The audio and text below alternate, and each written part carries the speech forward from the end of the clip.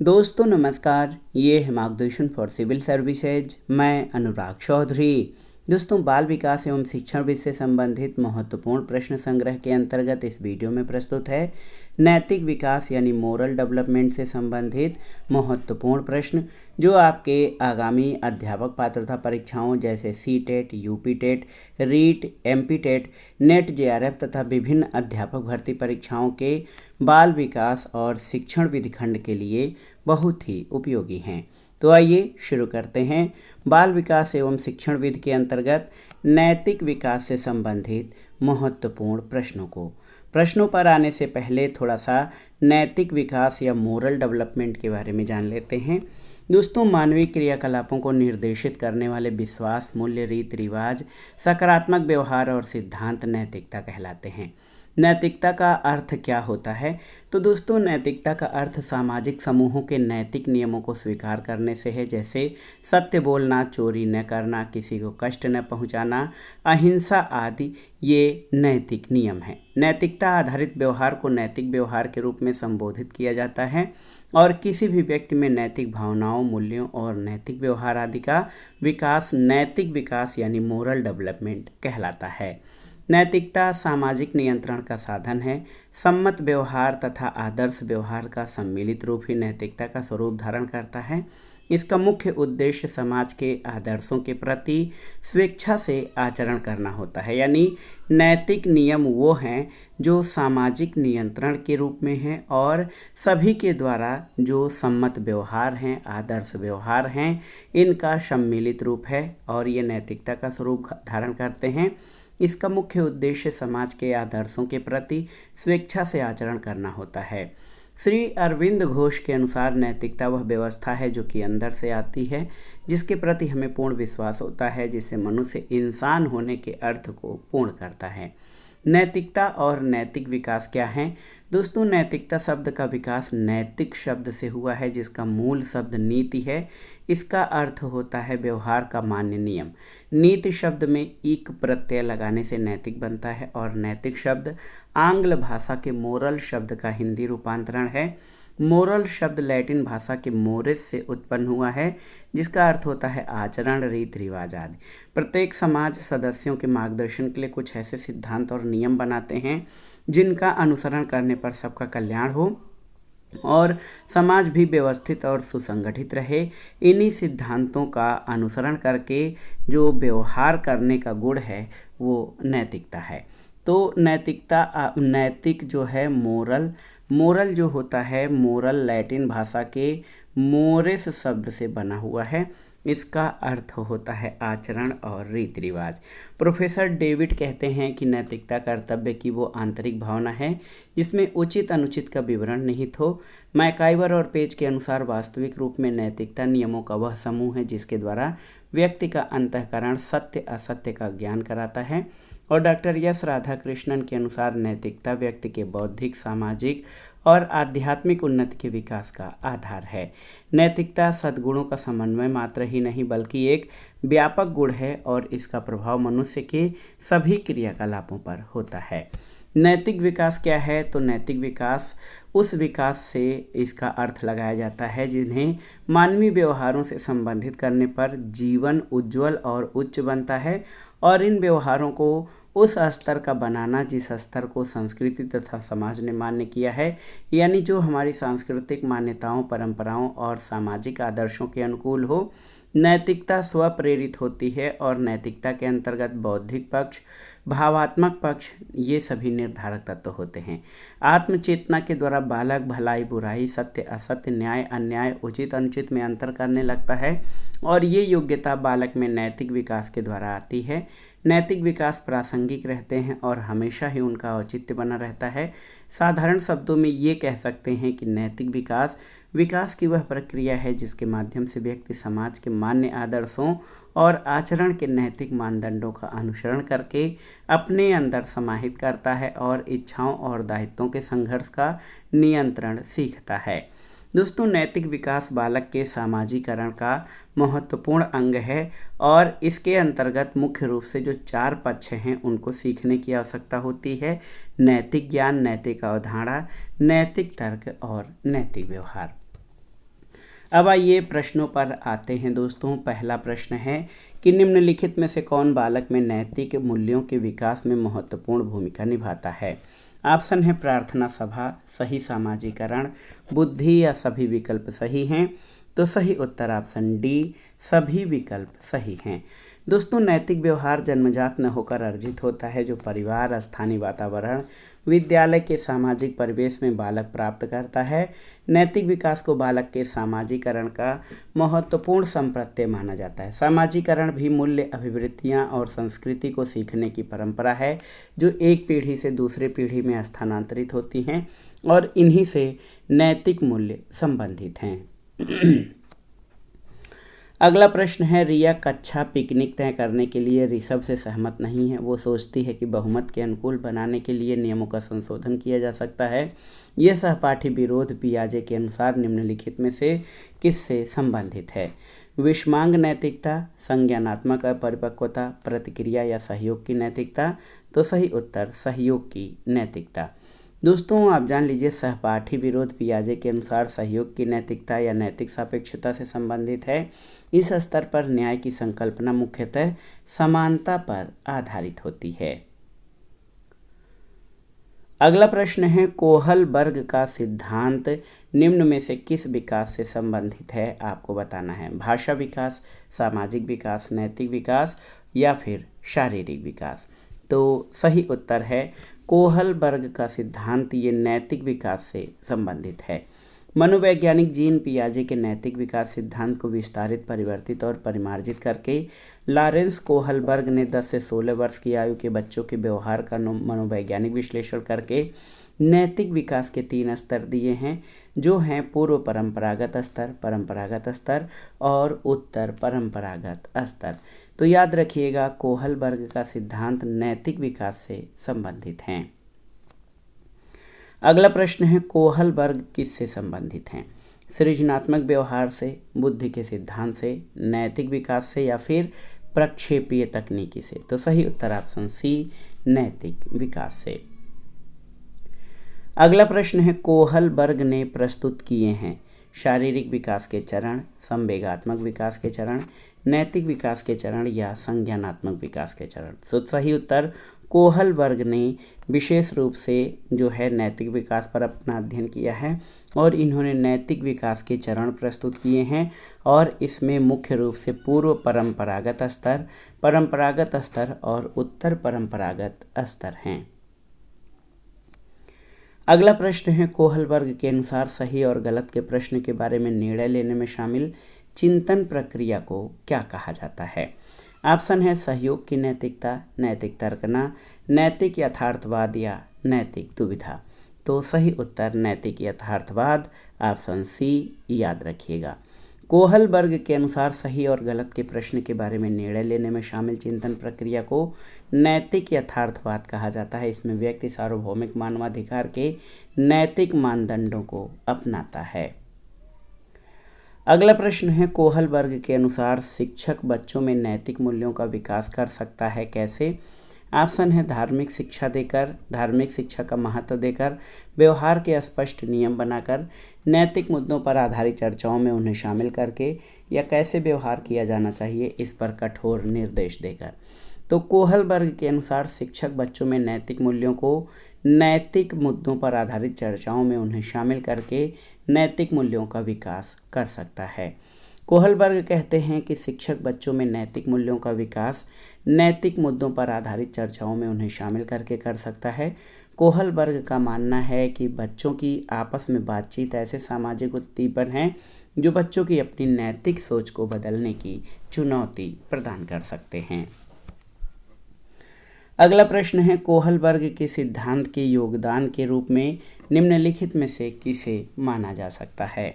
Option है, इस सिद्धांत में विस्तृत परीक्षण प्रक्रियाएं हैं। बहुत ही महत्वपूर्ण है कि इस सिद्धांत में विस्तृत परीक्षण प्रक्रियाएं हैं। ये नैतिक तर्क और कार्रवाई के बीच एक स्पष्ट संबंध स्थापित करता है। उनका विश्वास है कि बच्चे नैतिक दार्शनिक हैं और उनके सिद्धांत ने संज्ञानात्मक परिपक्वता और नैतिक परिपक्वता के बीच एक सहयोग का समर्थन किया है। ऑप्शन डी आपका सही उत्तर है। कोहल वर्ग के सिद्धांत ने संज्ञानात्मक परिपक्वता और नैतिक परिपक्वता के बीच एक सहयोग का समर्थन किया है। अगला प्रश्न है, कोहल वर्ग द्वारा नैतिक विकास की कितनी अवस्थाएं सुझाई गई हैं? 4, 5, 6 या 8? तो सही उत्तर 6 अवस्थाएं, ऑप्शन सी। दोस्तों, कोहल वर्ग ने नैतिक विकास के अपने सिद्धांत में 3 प्रमुख स्तर सुझाए हैं और इसमें 6 अवस्थाएं हैं। देखिए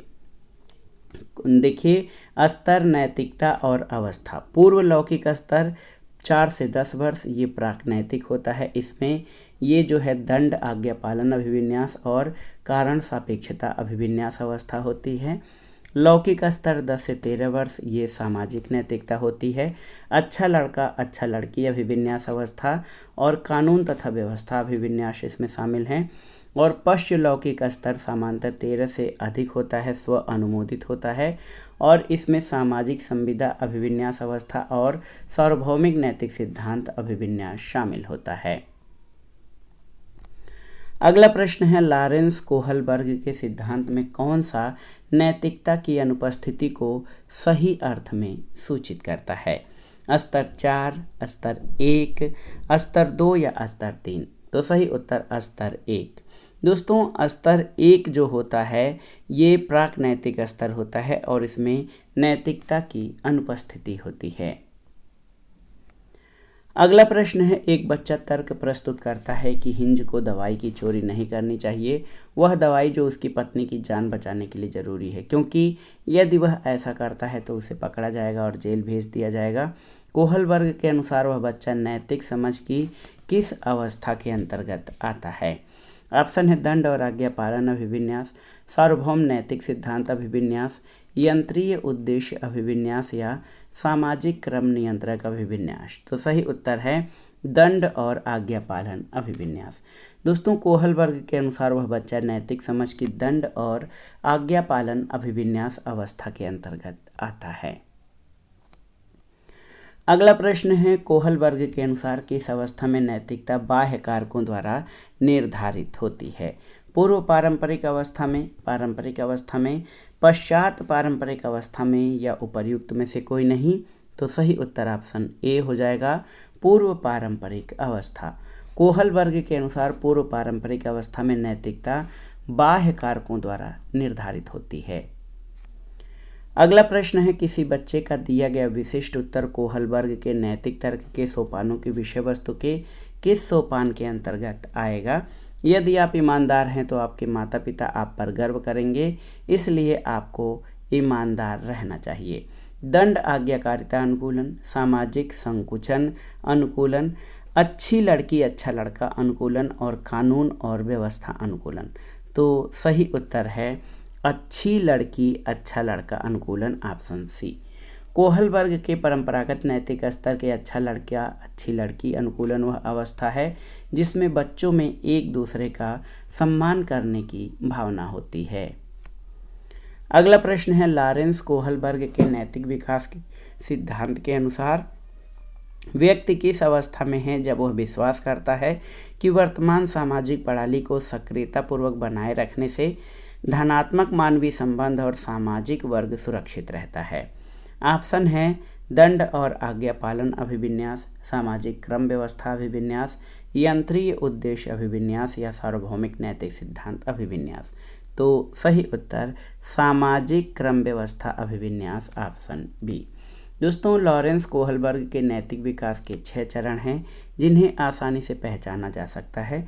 सामाजिक क्रम व्यवस्था अभिविन्यास के अंतर्गत बालक ये विश्वास करने लगता है कि वर्तमान सामाजिक प्रणाली को सक्रियतापूर्वक बनाए रखने से धनात्मक मानवीय संबंध और सामाजिक वर्ग सुरक्षित रहता है।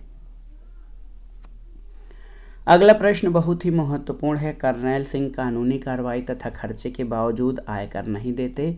वे सोचते हैं कि वे एक भ्रष्ट सरल सरकार को समर्थन नहीं दे सकते जो अनावश्यक बांधों के निर्माण पर लाखों रुपए खर्च करती है। वे संभवतः कोहल वर्ग के नैतिक विकास की किस अवस्था में हैं? पश्च परंपरागत, पूर्व परंपरागत, परापरंपरागत या परंपरागत? तो सही उत्तर पश्च परंपरागत। करनैल सिंह अनावश्यक खर्चे को समर्थन नहीं दे रहे हैं, अर्थात वे बांधों पर लाखों रुपए के खर्च को अनावश्यक मानते हैं। इस प्रकार करनैल सिंह कोहलबर्ग के नैतिक विकास की पश्च परंपरागत अवस्था में हैं। अगला प्रश्न है, आप एक शिक्षक शिक्षिका के रूप में रैगिंग और धमकाने के सख्त विरोधी हैं और इस संदर्भ में विद्यालय में पोस्टर लगवाते हैं और समिति बनवाते हैं। आपसे जुड़ने वाले किशोर जो इस विचार के दृढ़ विश्वासी हैं वो किस स्तर पर होंगे? पारंपरिक स्तर पर, पूर्व पारंपरिक स्तर पर, उत्तर पारंपरिक स्तर पर या सामाजिक व्यवस्था बनाए रखने वाले स्तर पर? तो सही उत्तर है वे किशोर जो इस विचार के दृढ़ विश्वासी हैं, जो जुड़ते हैं, वो उत्तर पारंपरिक स्तर के होंगे। वे किशोर जो रैगिंग और धमकाने के सख्त विरोधी होते हैं और छात्रों के विरुद्ध हो रहे उत्पीड़न के खिलाफ होते हैं, उत्तर पारंपरिक स्तर के होते हैं।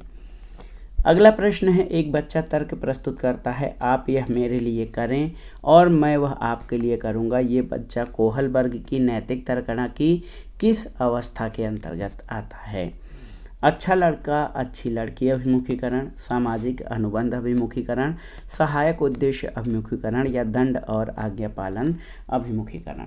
तो आप जान लीजिए कि वो बच्चा जो है सामाजिक अनुबंध अभिमुखीकरण के अंतर्गत आएगा।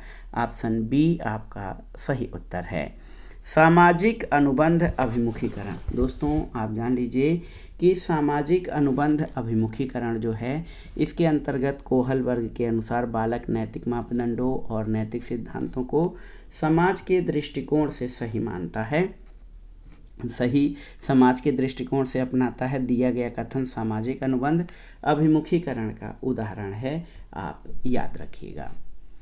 अगला प्रश्न है, निम्नलिखित में से कौन सी लॉरेंस कोहलबर्ग, देखिए कौन सी लॉरेंस कोहलबर्ग के द्वारा प्रस्तावित नैतिक विकास की एक अवस्था है? बहुत ही महत्वपूर्ण प्रश्न है, आप देख सकते हैं दोस्तों। निम्नलिखित में से कौन सी लॉरेंस कोहलबर्ग के द्वारा प्रस्तावित नैतिक विकास की एक अवस्था है? प्रसुप्ति अवस्था, सामाजिक अनुबंध अभिविन्यास, मूर्त संक्रियात्मक अवस्था या उद्योग बनाम अधीनता अवस्था? तो सही उत्तर सामाजिक अनुबंध अभिविन्यास, ऑप्शन बी। दोस्तों याद रखिएगा लॉरेंस कोहलबर्ग के द्वारा प्रस्तावित नैतिक विकास की एक अवस्था सामाजिक अनुबंध अभिविन्यास है। अगला प्रश्न है, लॉरेंस कोहलबर्ग के नैतिक तर्क के सिद्धांत की अनेक बातों के लिए आलोचना की जाती है। इस आलोचना के संदर्भ में कौन सा कथन सही है? तो इन विकल्पों में से एक कथन सही है, अन्य तीन आपके गलत हैं। देखिए सही कथन कौन सा हो जाएगा? तो सही कथन है कि अपनी सैद्धांतिक रूपरेखा पर पहुंचने के लिए कोहलबर्ग ने पियाजे के सिद्धांतों को दोहराया है। तो ऑप्शन सी आपका सही उत्तर हो जाएगा। दोस्तों लॉरेंस कोहलबर्ग के नैतिक तर्क के सिद्धांत की अनेक बातों के लिए आलोचना की जाती है क्योंकि उन्होंने अपने सिद्धांतों को सिद्ध करने के लिए पियाजे के सिद्धांतों का अनुसरण करते हुए पुनरावृत्ति कर दी और पुरुषों और महिलाओं की नैतिक तार्किकता में सांस्कृतिक विभिन्नताओं को महत्व नहीं दिया है। अगला प्रश्न और नैतिक विकास से संबंधित अध्याय का आखिरी प्रश्न है कि कोहलबर्ग के सिद्धांत की प्रमुख आलोचना क्या है? ऑप्शन है कोहलबर्ग, दोस्तों आप जान लीजिए ऑप्शन क्या है आपके? ऑप्शन है कि कोहलबर्ग ने बिना किसी अनुभूति मूलक आधार के सिद्धांत प्रस्तुत किया। कोहलबर्ग ने प्रस्ताव किया कि नैतिक तार्किकता विकासात्मक है। कोहलबर्ग ने पुरुषों और महिलाओं की नैतिक तार्किकता में सांस्कृतिक विभिन्नताओं को महत्व नहीं दिया और कोहलबर्ग ने नैतिक विकास की अस्पष्ट अवस्थाओं का उल्लेख नहीं किया। तो सही उत्तर कोहलबर्ग के सिद्धांत की प्रमुख आलोचना ये है कि कोहलबर्ग ने दोस्तों पुरुषों और महिलाओं की नैतिक तार्किकता में सांस्कृतिक विभिन्नताओं को महत्व नहीं दिया है। तो दोस्तों ये था आज का वीडियो।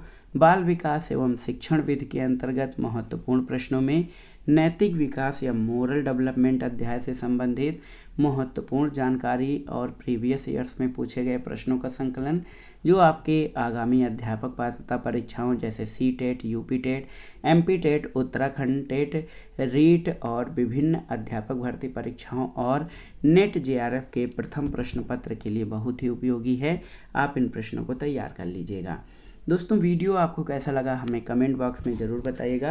वीडियो को लाइक करें, शेयर करें और इस चैनल मार्गदर्शन फॉर सिविल सर्विसेज को सब्सक्राइब करें। वीडियो देखने के लिए धन्यवाद दोस्तों। नमस्कार।